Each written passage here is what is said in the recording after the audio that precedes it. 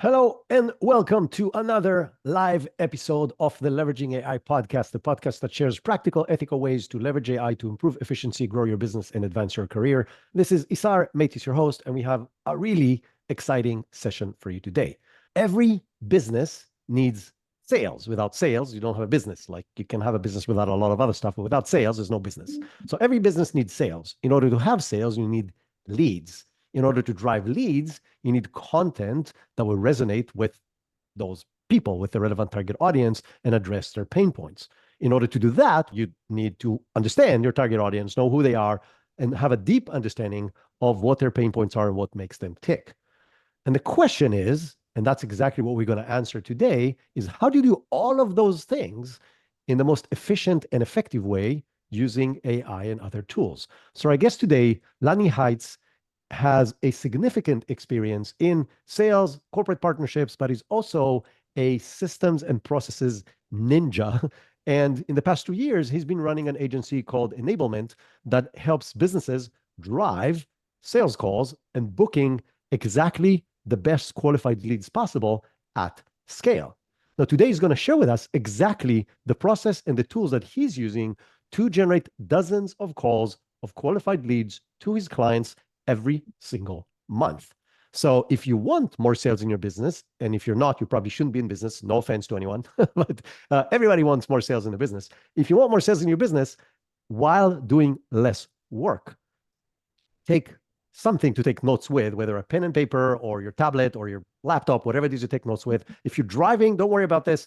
You listen to us right now. You'll probably want to listen again when you can take notes, but you can at least listen in right now. And since this is really a critical aspect of every business today, and there's really magical capabilities with AI right now, I'm really excited about this session. Lanny, welcome to Leveraging AI. Perfect. Thank you very much for the warm welcome. Very, very excited for the show today. Yeah, I'm excited about this as well. You and I spoke, I don't know, in December last time. And Pre-Christmas, I think. Yeah, so about a month and a half ago. And we both think the same way. And we both like the same kind of outcomes, and we have the similar processes. So I'm sure this is going to be A, fun, and B, really valuable to people. Yes, I hope so. I hope so. Yeah, so should we give some context and some background maybe to get started? Let's spend 2 minutes on context and then the rest of the time on practical use case. Perfect. Yeah. Perfect. I mean, you said a lot before around what we do, and this is exactly accurate. What we focus on is what we mostly work with, obviously B2B companies that need sales. Because if you're in B2C, you just need to have an online store, essentially. But in B2B, it's a bit more complicated and a bit more complex. That's where we usually come in, where we help companies build these systems. So we are usually an implementation partner and an enabler. That means we consult people, help them build these systems. What we essentially going to talk about today. Now, over the last 2 years, we essentially built enablement from zero to now over $1 million in revenue a year. And we are 2 full-time employees that did that. And the way we did that is literally on the backbone of AI. Every little thing we do, we ask ourselves, hey, how can we automate this? How can we use AI to do that? And even if it sometimes takes a bit longer to build the system, we know exactly on the backbone we can scale on top of that. And yeah, basically, that's what I want to show everyone today, because this is literally the system we use to go from 2,000-3,000 followers on LinkedIn to now over 20,000 followers on LinkedIn. And we just book calls, like around 20 to 25 calls a month using just no cold outreach, nothing, just literally content production and then following up with people that engage with us. So I think this is what we are going to talk about today and what I want to dive into. Awesome. Perfect. Given that we have some people on LinkedIn and Zoom, so we can basically share screen, I think I can do some stuff pretty visually that I want to show first, just to set the context before we jump into the tools. Let me just share my screen here. By the way, for those of you who are listening to this as the podcast, we will explain everything that's on the screen like we always do. So don't worry about it. I will try my best. Yeah, we'll be fine. Exactly. Perfect. If we look at very high level, how I think about like demand generation and creating leads for your business and ultimately sales, there is a couple of steps with people. That could be a blog post, that could be webinars, that could be podcasts like today. But people ultimately need to know and trust you. Secondly, you need to identify prospects that already heard of you, ideally, and then you obviously need to engage those prospects. these leads, right? And then you can close them. Ultimately, as a final step, right? Like when they're interested, etc. Now, along that admittedly very high level journey, there is a couple of steps that we need to go through. And then we can basically, what I want to do now is quickly show you the process that we use ourselves. And then we can see, okay, where do we use AI specifically within that process? So if I mentioned trust, and you mentioned that in the intro, content production and LinkedIn specifically is super crucial for us. So any type of like content on LinkedIn, obviously you could also use it for, I don't know, YouTube videos, blog posts, etc. But for us, what's important is LinkedIn, because our target audience are salespeople, sales manager, VP of sales, founders of B2B companies, etc. So that's why we focus on LinkedIn, because they're there. And once we have people on LinkedIn that viewed my profile or my co-founder's profile, that liked my posts, commented on my posts, etc., and they've done that not just once, but multiple times, then I know, okay, they're interested. So what I then need to figure out is, do they fit my ICP? Are they a good fit for my company? Do they have a problem that I potentially can solve? And yeah, is it a very, very small company, then it's not a good fit? Or is it a big company, it's not a good fit? Or is it a B2C company? Like these type of things. So I need to figure out if it's a match. If they are indeed a match, then I obviously need to find out a bit more about the lead.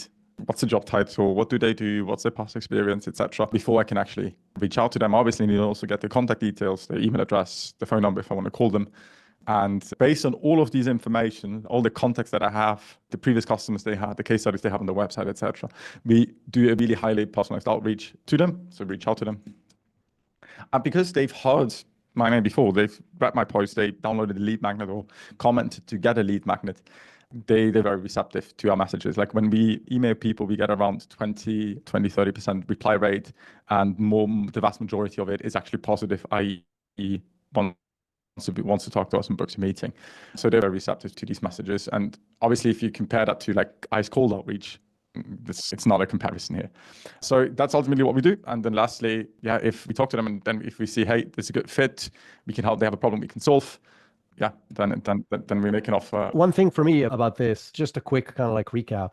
I think the biggest difference that people need to understand is that cold outreach may not be dead, but it should be dead. Meaning the ability today to do a warm outreach to people based on two things. Them knowing you. Like right now, there's a few people here in the chat that already said, people that I don't know, both on LinkedIn and on the chat on Zoom, said, hey, we love your podcast. We've been following you for a while. It's our first time joining you. Like, awesome. So I already have credibility with these people without ever meeting with them. Why? Because they've been following my content. But why have they been following my content? Going back to what Lanny said, is because my content provides value to them where they are right now in the journey. And to do that, you have to know that. So there's all these steps of understanding your target audience, creating trust, and only following up with the people that fit a specific box. So the biggest difference between cold outreach and this is that instead of spraying and praying, it's a very targeted approach to people. You're only investing time, money, and resources in people that are likely to do business with you because they, A, follow and consume and engage with the content that you're putting out there, and B, they fit your ICP. They're a decision maker in the company, in the right size, in the right industry, in the right place around the world, in the right status, in the right niche, whatever information you want to dissect in order to define your ICP. And only then you go and try to engage with them, which makes it a lot more likely for them to respond. So great intro. Let's dive into the practical stuff. Perfect. Yeah. Perfect. Yeah, because yeah, like as you said. Now, if I explain that to people and like everyone's great, that makes so much sense. We love that because the problem I see usually with the traditional content marketing, right, like your white papers, webinars, etc., there is no systematic qualification of the leads and no systematic follow-up. Right? If you're lucky, you just have like the marketing generates the MQLs and then throws it basically over the fence to reach the lead that signed up for a webinar, the salesperson that reaches out. So there's a bit of a disconnect. And usually that's not really systematized in any meaningful way when I talk to companies. So inbound is then just like, well, I hope they sign up for a demo kind of situation. Or on the other hand, you have like the cold outbound that you mentioned, which is like ice cold without context. That can work. We also help companies do that, but it's like an uphill battle. And like you just obviously play on a field where the odds are stacked a bit against you, because obviously competition is very, very high. So, which is why we actually started combining that. And we, like, one of our customers called it like, oh, you're not doing outbound, you're doing all bound. And I was like, I like that. That's the name we ran with ultimately. And that's what we named that playbook, an all bound playbook. And so now we're obviously within that journey here that I mapped out is obviously AI really crucial. So we use it essentially at every step, right? Like from a content perspective to evaluating ICP fit, enrich the prospect, write copy, reach out, and basically everything up until the sales call. And even in the sales call, we use a lot of AI actually. This is where AI comes into play. Now, if I tell that to people, as I said, oh, everyone's, oh, this is brilliant, I want this. Now, if I then tell them like post on LinkedIn, usually what I hear from founders is 3 quote unquote objections. They don't know what to post, right? Like ideas. Lanny, what should I post about? It makes sense, but I just don't know what to post about. The second thing is I do have some ideas, but if I post something, then nobody reads it, nobody cares. So it's like I don't know how to post, like I don't know how to write, because copyright, like not everyone is born a copywriter. And just because you're good at writing, let's say, blog posts, doesn't mean you're good at writing LinkedIn content. So there's a specific way you need to write for LinkedIn. And then even if you had these 2 things, you know how to write, and you know what to write, like you don't have time. This was also me for a long time where I just didn't know what to write. And back in 2018, I actually went back and searched for that post. I proclaimed, Instagram is dying, Instagram is dying, you should go on LinkedIn. And I basically made that, the argument was that the monthly active users and the amount of posts on LinkedIn, like that ratio, is not as good as on LinkedIn. LinkedIn has like a lot of active users, I think like half a billion roughly monthly active users, but not like only 1% that produces content. So there's a huge wide space for content production. So I said that in 2019, but I didn't really take action because I didn't know what to post, how to post, and even if I knew, I didn't have time. So a year ago, I said to myself, hey Lanny, this is like probably the last time you have like really a window of opportunity here, because with AI, content is going to be inflated. So you need to take this seriously and learn how to do this. And so, we sat down pretty much 11 months ago where we said, okay, we're going to take this like super, super seriously, and grew from, as I said before, from 3,000 followers company-wide to now with the individual profiles to now like over 20,000 followers. Amazing. And like around 50% of our revenue comes just from directly from LinkedIn here. And the way we did that, and this went through multiple iterations, and I will give you today both versions, the current version that we use, which is a bit more sophisticated, and the simplified version that everyone can essentially set up at home within 5 minutes. So I think it makes sense to start with the easier one, and then we go fancy and show what's possible. Sure. Or Isa, do you want to do the other way around? No, I think that makes sense. I think let people figure out what they can do tomorrow, and then those who are like, okay, I get it, I want more, then we dive into that. Yeah. Yeah. Crawl before you walk Yes. type of situation. Yes. So when you think about like creating content on LinkedIn, what usually people do is they go to Taplio or Supergrow, like one of these content production tools that essentially you can give some information about yourself and then it produces content. However, I haven't really seen it work, and I've tried it, and it wasn't the hack that I hoped it would be. And the problem was it could write reasonably well, but it didn't have the context about me. So it didn't know my ICP, who I'm writing for, and it didn't know anything about me, like the personal side of the personal branding, like any type of stories, customer success stuff, etc. So I would have always have to provide that. I wasn't really satisfied with that.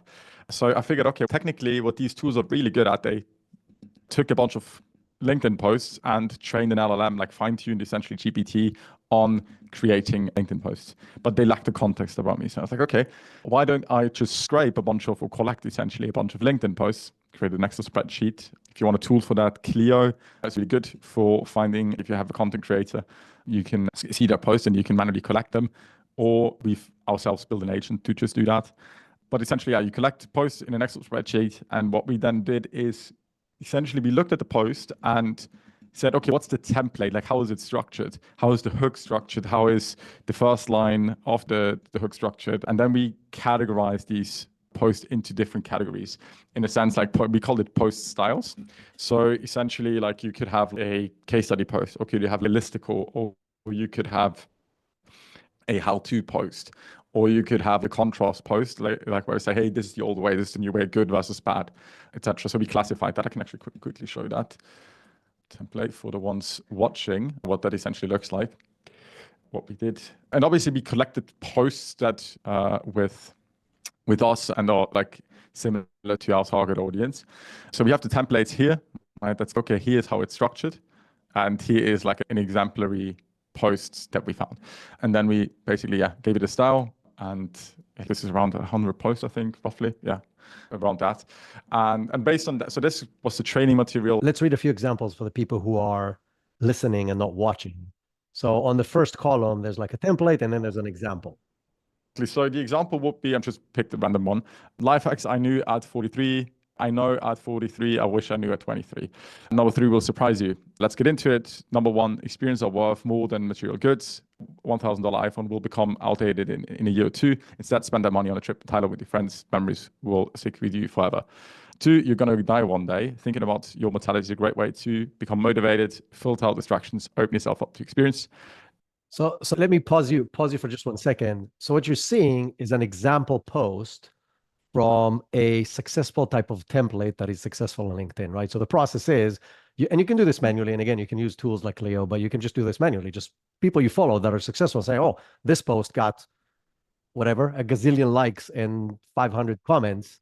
Then I want to be able to replicate that. So copy that. You can use that as a template. You give it to an AI, say, okay, quote unquote, templatize this. And I don't know if that's a word in English, but I'm going to use it anyway. You templatize that post. And now you give it an example of the post itself. And now you have both. You have an example of the post and you have a template of the post that then you can use afterwards for new content that you're going to generate. And the AI is actually really good when you have an idea, whether the idea comes from you or from the AI, to take your idea and find the right templates out of all of those to actually make it a useful post. So that's what we're looking at right now.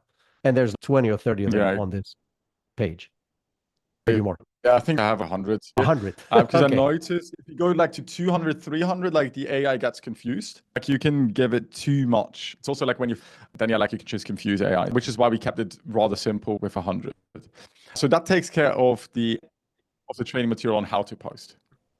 Yeah, and then the other thing that there is here, there's that he has a drop-down menu of different styles. So the styles are things like case study, listicle, story, X versus Y. So there's different styles of posts.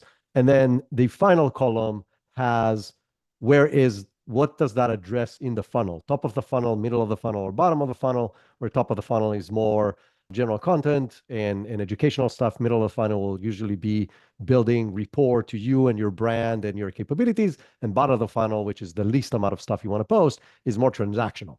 We have this campaign right now, come join us for whatever, or we have a sales for the end of the year or whatever it is. So these are more transactional posts that you can post. So this is kind of what he has in the table. Yeah, exactly. But like the first 3 on the template itself, the examples and the style are the ones that really matter for what we do here. So as I said, like this takes care of the template material. The second element that you need that I mentioned was the document about your ICP. So what we did actually to produce that, this is like a 17-page document about our ideal customers. And the way I created it, I didn't just sit down and started typing. What I did is I recorded and transcribed 20 odd sales calls and fed these transcripts into ChatGPT. And essentially then had a conversation with ChatGPT. Hey, here are the transcripts of my 20 last sales calls of people that ultimately also became customer. And I asked it a bunch of questions like, hey, what was the problem that they're trying to solve? How did they currently solve it? Why were they not happy with that solution? What was the ideal solution that they were trying to achieve? What would actually achieving that mean to them? What's the benefit and the impact of that? And based on that, I could get like a super detailed insight about my target audience. So I know exactly what kind of like use cases they have. I also asked AI to then give me the actual quotes. Hey, we are currently evaluating these and these tools. So we don't want to figure it out ourselves. There's a big knowledge gap, right? Like, so basically automating outbound, but getting the education around it was like one of the reasons why they actually talked to us. And so I did this with a couple of different use cases. And I said, ultimately, the output is a 17-page document it's completely voice of the customer to 100%. It's nothing I wrote. It's all what customers said. And I just like repackaged that essentially. So I think it's one of the most powerful documents you can ever create for your marketing and your sales, period. And your product team essentially as well. Because sales calls are, in my opinion, probably the best calls, because there people really talk about their pains and the problems. And they're like, yeah, they're just a honeypot of wisdom, basically, if you want to try to understand your customers. Quick question about this. First of all, I think this Yes. is absolutely brilliant. A little thing that I do that is a step in between that can help, but then I want to ask a specific question about this document. So something that I do is I go to my ideal clients, so people who are my clients, or my dream clients that I want to approach, and I literally copy the links to their LinkedIn profiles and I paste them into ChatGPT, and ChatGPT will tell you that it cannot access LinkedIn, and then say, I've done this before. You've helped me. Oh, okay. And then we'll actually go ahead and do this. And based on that, it can help you draft a fair ICP, not at this level. I think using transcriptions of the actual documents makes a lot more sense and definitely provides a much more in-depth information. I saw that the document has a list of questions and basically answers to them. Did you write the questions?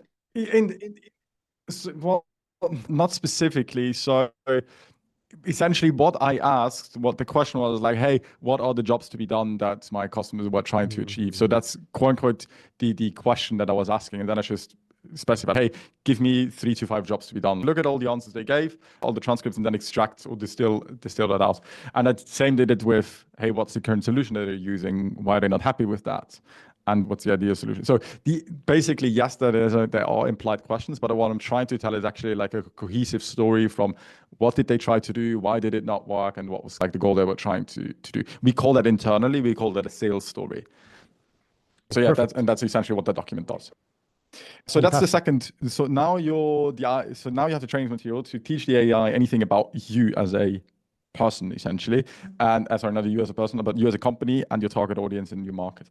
And the last thing that you actually need is a personal story. So what I did is I essentially just asked myself a bunch of questions, such as, hey, how did you get into sales? How did you learn about AI? What do you think are key principles to understand? What are the lessons you've learned? What tools would you use, etc.? So a bunch of questions. Like ultimately, I think there's like an 8-page document where I just wanted to give my knowledge and specific knowledge for the AI to draw from. So I essentially answered like FAQs, also that I hear a lot and that I want to talk about. So kind of what tools should you use, etc. So, and then I just use that transcript. How much of that is like a personal story versus like practical stuff?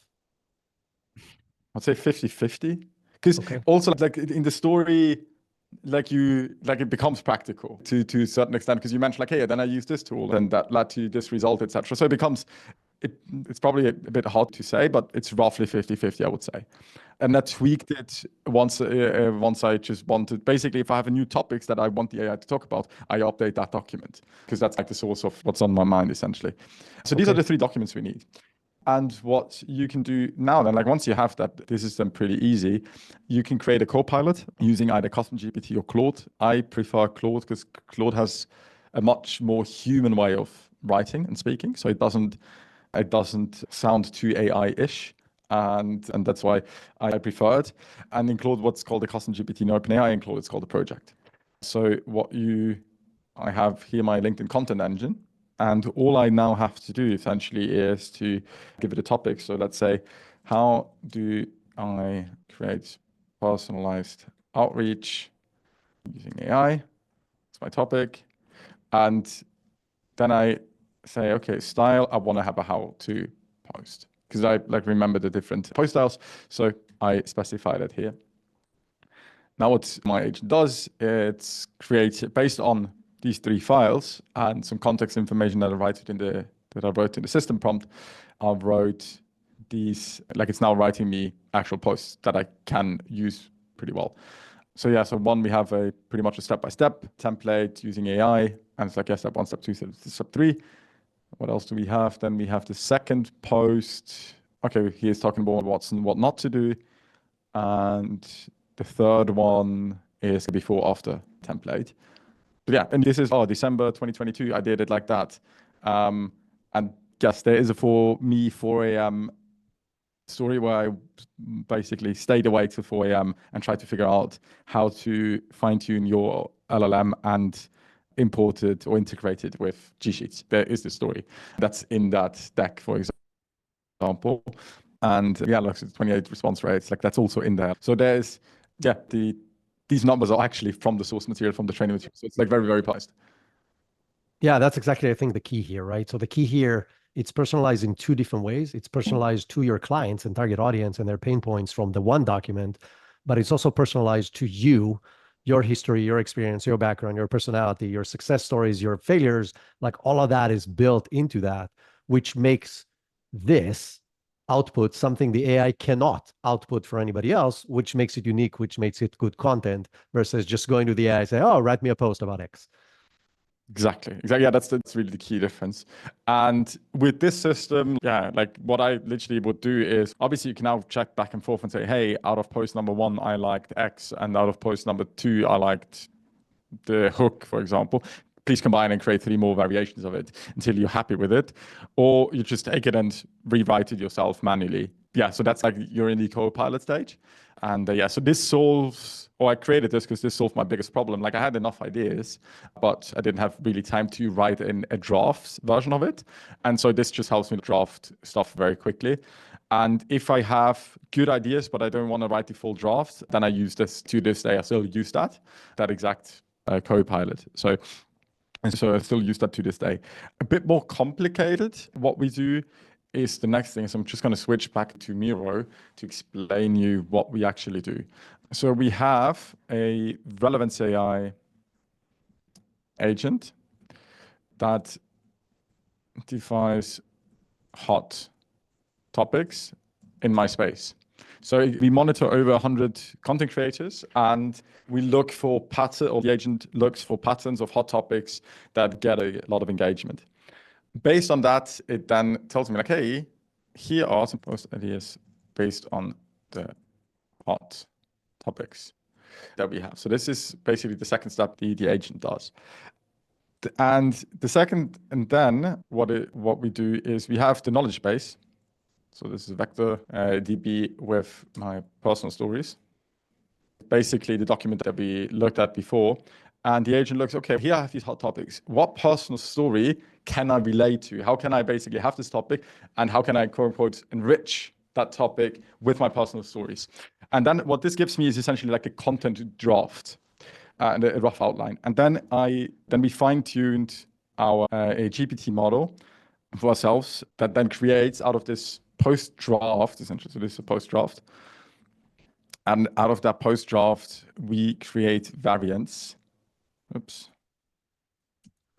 Create variations of posts that I then, one other problem we had is on LinkedIn, what we noticed is what works really well if we have some sort of like illustrations because we talk a lot about like workflows, different tools, how they interact with each other.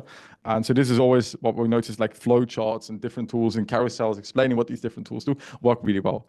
I do have a Canva license that can do very basic design there, but it takes me like hours for stuff that takes a designer like 5 minutes. So it looks okay, but it's just way too laborious. So, okay, how can I solve that problem? Because GPT is not good enough, or I haven't found any AI that can do flowcharts at the level where I would need that. There's no way I can do that right now. So, okay, let's just create these post drafts and then add them to ClickUp. ClickUp is the project management tool we ultimately use. And then I can say, okay, this is the final post that I want to hand over. And then it goes to my designer. And designer basically, okay, he knows what the post is and can then essentially give me the visual, and then I can post, right? So usually it takes 48 hours turnaround time to do that. So the key difference here, so what has changed to the old approach? Essentially, the big thing is the ideation is taken away, and we already spot hot topics in the market, so to say. that are relevant and that we should talk about, because right now is everyone's talking about it. I don't know, like a couple of weeks ago there was like DeepSeek, and okay, what do we do with DeepSeek, and like these type of things. That way you make sure like you always are basically have your finger on the pulse, essentially. Everything else is then just we had to solve it slightly differently, because we couldn't use a Copilot, and Claude is not, or Claude projects cannot be used via the API. So we just had to then rearrange things a bit there. But ultimately that's then the second iteration, which is a bit more complicated to build, because you need to fine tune your own model, etc., etc. So it becomes quite easy technical. We can dive into it if you think that would be valuable, Isa, or we can talk about something else. Basically, what do you do then with the interactions? We can also talk about that. Yeah, so I think I want to dive into Clay and what to do with the interactions. But before that, just one word for people who are like, oh my God, this is over my head. How do I even do this? I understand how to create a GPT, but I don't know how to create that. The easiest way for people to do something like this, and again, we're not going to dive in this episode into the details, but I may do an episode on my own about this, is in the ChatGPT universe, in the OpenAI universe, there's what's called assistants. And an assistant is basically a regular custom GPT that talks to the API. So you can, and you get to this by going to platform.openai.com, and then you use your regular login that you log into ChatGPT, and then you click on assistants, and you will see that the user interface looks almost identical to what a custom GPT looks like, meaning it has a name and directions and files you can attach to it and stuff like that. So you can do all the stuff that we talked about, but the output, instead of being a chat interface, is an API. So you can take your API key for that particular thing and attach it to any other third-party software to get everything that Lanny showed us that's doable, meaning take the 3 files, put it in there, and then get a personalized output, but through an API that then can connect to other tools like Relevance or anything else you want to connect it to. So closing parentheses on that, if that was still too complicated for people, you're probably not ready for this and don't worry about it. But let's dive into, okay, so now you're posting, you're getting engagements. What happens then? Exactly. Yeah, what happens then essentially, we need a way to track interactions. We use a tool called Teamfluence for that. It's the only tool in the market that I at least know of that tracks interactions, not just comments and likes, because there's Chigify that does that as well, and does that phenomenally, but they don't tell you profile views. And profile views is a very good indicator, especially if you comment also a lot. Like people go on your profile. Yeah, so even if you don't post content, you can drive a lot of attention to your profile if you post comment a lot. So we wanted to add the profile views in there as well. Shout out to Teamfluence. I love the guys, because they built it literally while I was trying to figure out how to build it myself. And then I saw it, because I know the founders. Teamfluence, Like the word team. Okay. Yeah, cool. Basically like Teamfluence. It's not the only thing that they do, but that's what I use them for, is exactly like capturing the interactions. So that's basically, once I have the interactions, I send all of those interactions to a Clay table. Now, Clay, for those who are, it's even better than sliced bread. Second of all, it's, if you're familiar with tools like Zapier, Make, and 8n, it can do all of the automation bit, but what it also has, it has all the functionalities that your data providers, such as like Zoom, Cognizant, Zoom Info, Cognizant, or Apollo has in terms of like data provider capabilities. And actually probably even better, because you get access to 100 data providers, not just one. So what it allows you is that it allows you have all the data you ever wanted in a tool, and you have the capabilities to automate everything you ever wanted. And this is like this super powerful combination of Clay that makes it so powerful. All of the interactions, as you can see here, they come in essentially live. All of our LinkedIn interactions, we just collect them, and we filter out how many interactions do we have. And if we have enough interactions, essentially, then we start. Just a quick technical question. The input comes from the tool you mentioned before, so from Teamfluence, like the first column. Yes, exactly. That's basically the webhook. So I get basic information. Who liked my post? What's the title, etc. Like I'm just getting some basic information from the LinkedIn profile.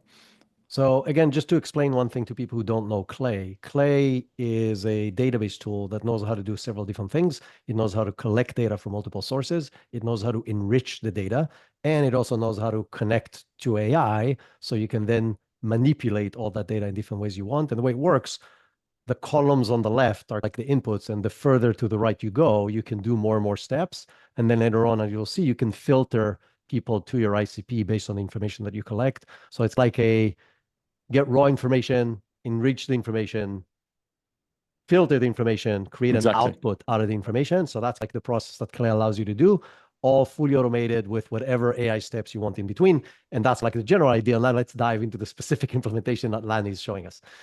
Exactly.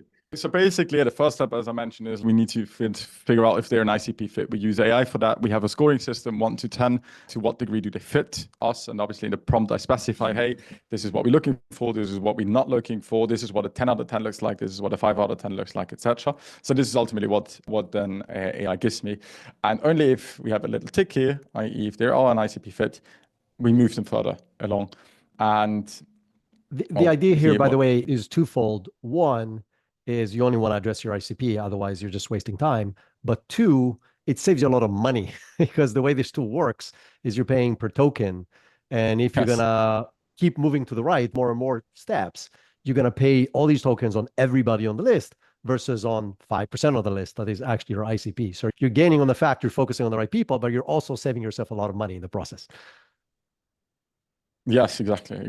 That's basically the idea here. So once they are a basic ICP fit and the persona is also a fit, like we also evaluate the persona essentially, and then we move them further to a table where we just enrich their more data. So we find their emails and make sure we have all the data we need to actually reach out to them.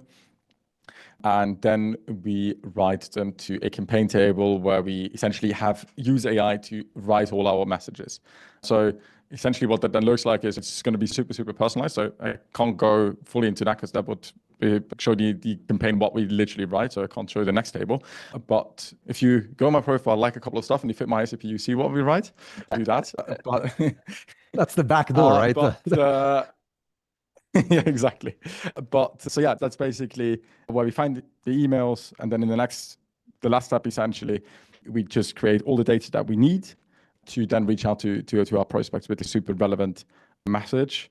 Yeah, like what we regularly hear is, hey, I get lead gen messages and like sales experts messages all the day, but like yours like just tops it off. And the reason, and this just like generally speaking, is a good framework to keep in mind is how can you not just tell that you're good at what you do? How can you show that you're good at what you do? And because everybody can say, hey, we work with ABC company and brought them XYZ result. Like everyone can say that, and I may believe you, I may not believe you, but I don't have any proof in a real tangible way. So think of ways, hey, and this could be your content, this could be your email messages, there could be your ads. Doesn't really matter. The concept is universal. How can you really show someone that they can trust you ultimately, that you can deliver on your value proposition? And case studies are one way to do that, but I think just it's not as strong as it could be. But yeah, so that's basically what then happens in Clay on a Sure. Yeah, I have a couple of questions on the practical final steps. So question number one, is your outreach via email or LinkedIn or both? And question number two Both. is, I know you can't share your secret sauce, but in general, what does the outreach look like? Does it relate to the fact that they connected with you on LinkedIn? Does it relate to what you do? Is it more, let's connect, I can help you? Or is it more, here's some value on stuff that you might be interested in? Like on a general level, what's the channel and what's the type of outreach? Yeah, so I do acknowledge that we had interactions prior to LinkedIn.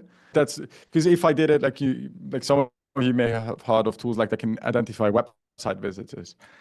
Yeah. This is creepy if you mention that. Hey, I saw you were on my, this is creepy, but hey, you commented a couple of times on my post. This is not creepy because they know that I know. It's quite common. So that so I do acknowledge that. Hey, yeah, thanks for a couple of interactions, or we had some interactions on LinkedIn. I thought come over say hello, essentially. And then I can so it depends if it's email or LinkedIn. LinkedIn is way more chatty, way more conversational. Like people are on mobile, so you want to keep it short. You want to essentially like if you want to, and I'm going to drop a guide in a few weeks on this, on LinkedIn, obviously.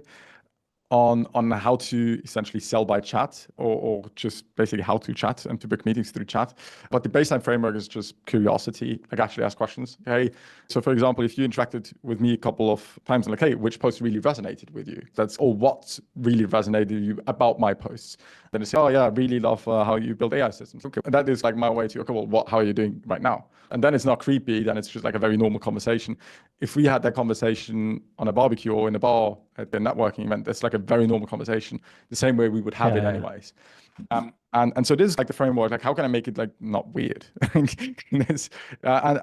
with email, it's essentially the same thing. I just have a little bit more real estate to give a bit more context. Yeah, because people don't know where you showed up in their inbox on leave. Yeah, exactly. So this is, but the framework is always the same. Hey, acknowledge that we had some interactions. I assume this might be a problem. How you're currently solving that? Here's some resources on solving that, etc. That's the general frame. And I said the response rate is phenomenal, and like we book, yeah, like with very little effort, lots and lots of meetings using that process. Lanny, this was fantastic. We touched on anything from really important concepts all the way to the tactical small details on how to actually implement the stuff and the tools and everything. Really valuable. If people want to work with you, follow you, learn from you, etc., what are the best ways to do that? Obviously, LinkedIn. I have to say that now. No, very easy. LinkedIn/Lanny Heiz. Yeah, connect with me. Say that, yeah, you saw the show today, and then, yeah, we take it from there. If I can help you, we can jump on a call and, yeah, take it from there. Thanks to the audience, all the people who were chatty on LinkedIn and on Zoom. That was great. Like a lot of conversations happened in the background. The one thing that was asked, and I replied on LinkedIn that I will respond here as well, is somebody asked, Samir, I think he's from Atlanta. He said that in the beginning, asked, what were the 3 documents in Claude? So one was the client information that was generated using AI based on transcriptions of like sales calls. The other was the type of posts that are successful on LinkedIn or on whatever platform. Like you can use this for TikTok if you wanted to, but then you got to figure out TikTok conversations and what's successful over there. And then the third one was the personal story and the benefits and the value and your experience and so on. So these are the 3 files for those of you who missed that. Other than that, again, thanks everybody for being here, for taking the time and spending a full hour with us. That is incredible, and I don't take this for granted. If you haven't liked and followed this podcast before, if you're not here live, but you're on the podcast, first of all, come join us live. We do this every Thursday at noon, literally every week. So you can join us for that. If you want more of an open conversation with me and a lot of people in my community, you can join us live every Friday at 1 p.m. We do AI Friday Hangouts, and there's a huge group of people that meets weekly and just talk about AI, and we solve problems together, and we talk what's happening together and stuff like that. And obviously share this podcast, like it, and rate it on your favorite podcasting platform. And that's it for today. Thanks again, Lanny. This was absolutely fantastic.